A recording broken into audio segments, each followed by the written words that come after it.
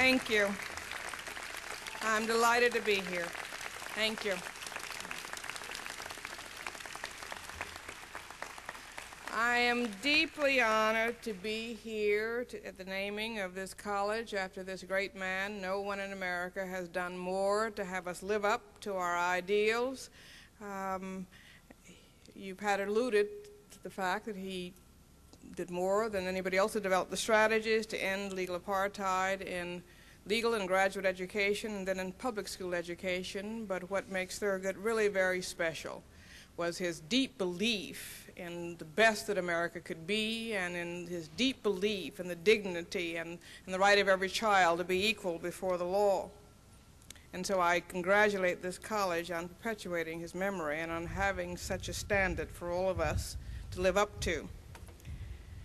When he died not too long ago, an old man paying his last respects lying in state at the United States Supreme Court was asked why he had stood so long in line on a cold and chilly and rainy day to say goodbye to Justice Marshall. He replied that I'm here because Justice Marshall didn't just witness change, he caused it.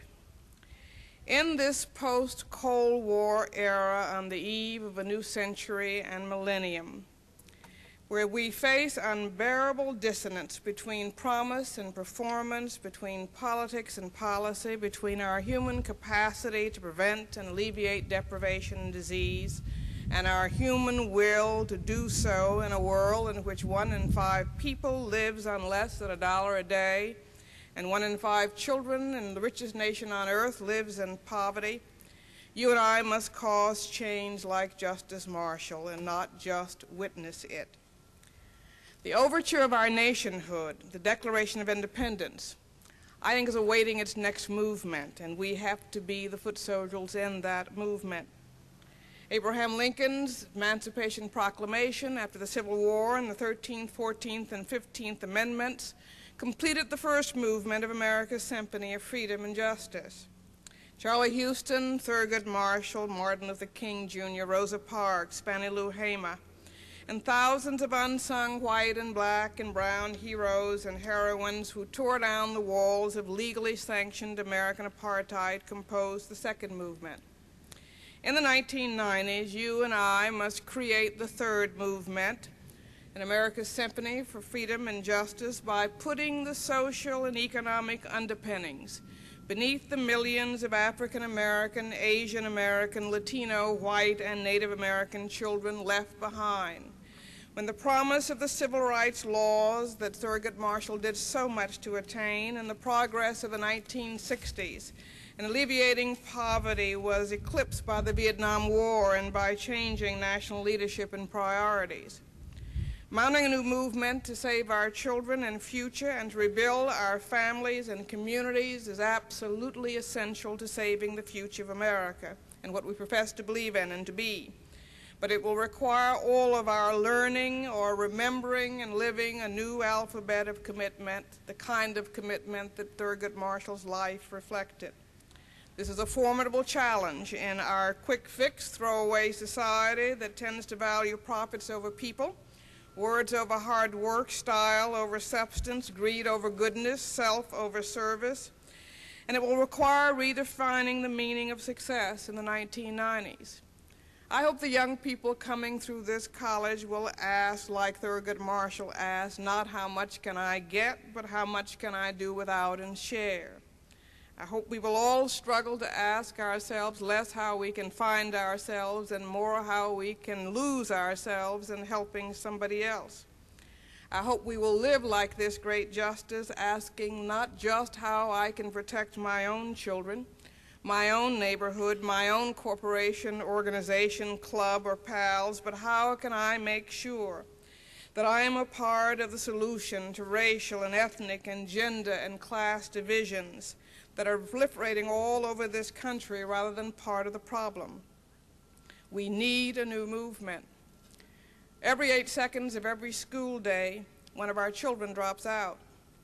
Every 13 seconds, one of our children is abused or neglected.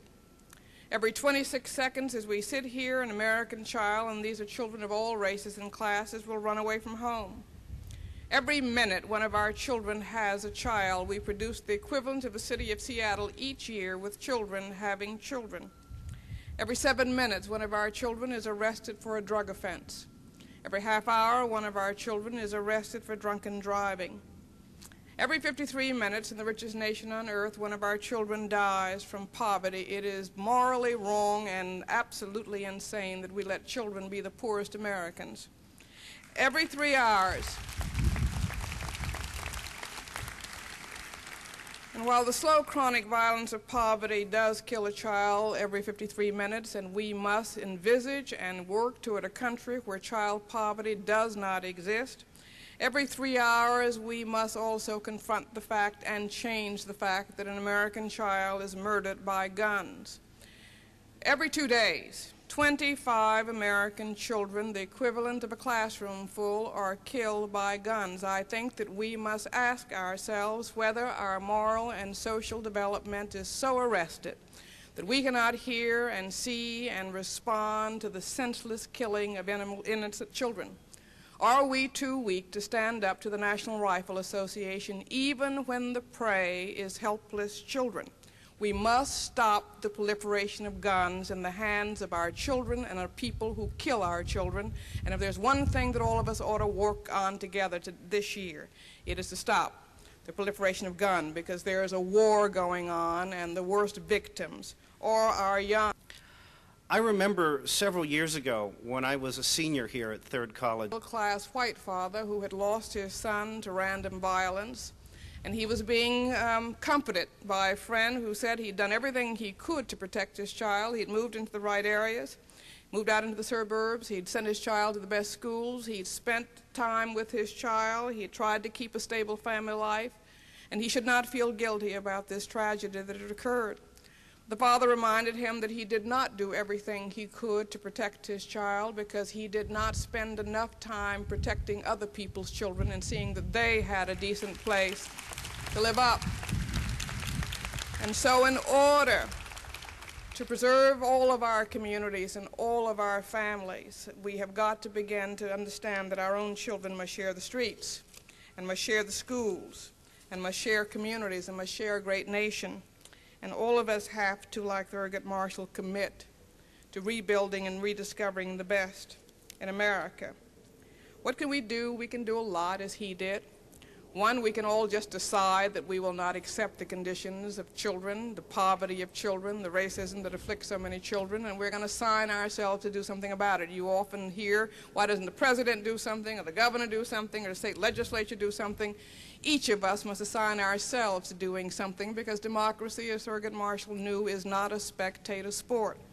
My daddy used to run us crazy when we were children, because we'd come home from school and every day he would ask us whether the teacher gave us any homework. And if we would say no, he would say, well, assign yourself some. I think that's what each of us must do in the face of the breakdown of family and community in our nation.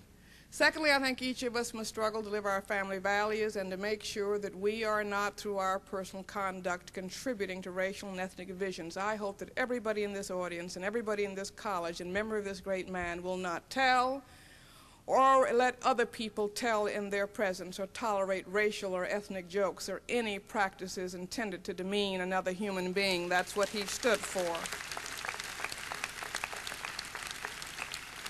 And third, while we might all seek to be great lawyers and great doctors, go to medical school.